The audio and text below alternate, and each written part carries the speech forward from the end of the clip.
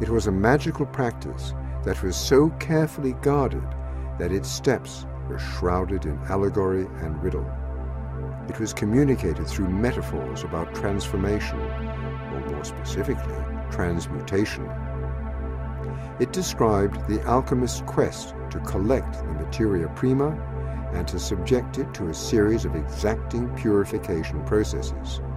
If performed correctly and with great attentiveness on the part of the alchemist, the materia prima would become transmuted to a higher state.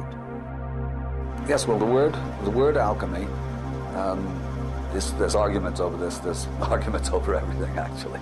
But alchemy probably derives, it's an Arabic word, with al-Khamit. The Egyptians called their own country Kemet, the Black Land. And so alchemy becomes the art of the Black Land. And it is, I think, a direct or an indirect transmission of an Egyptian doctrine. The mystery schools had more or less died out, you could say. Anyway, there certainly wasn't a whole society devoted to developing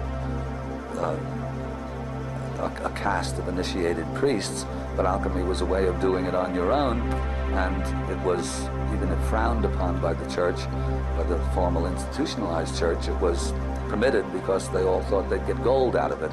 But the gold, of course, that the alchemists produced may or may not have been real gold, since we now know that it is in fact possible to transmute elements from one to another. We do that with our atom bombs, but that's hardly gold.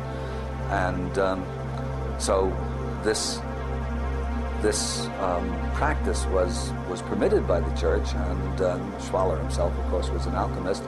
And he talks about those who are simply interested in the physical process and hope to produce gold, and those who understand that the actual production of gold, if it is indeed possible, I think it is, actually. I think there are enough accounts of the alchemists that are not folderol and that are eyewitness, you might say. And yes, you can't test the witnesses anymore, but I think it's in principle possible that they actually succeeded in what they were doing. But the production of the gold was like passing a test. I mean, that told you that you'd acquired the Philosopher's Stone and you had reached a certain level of internal development.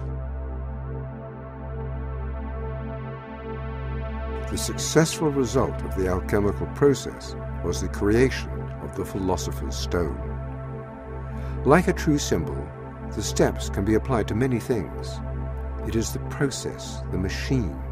What you put into it, metaphorically, will undergo the archetypal steps if carefully attended by the alchemist and culminate in a higher state, the alchemical gold, charcoal into diamond.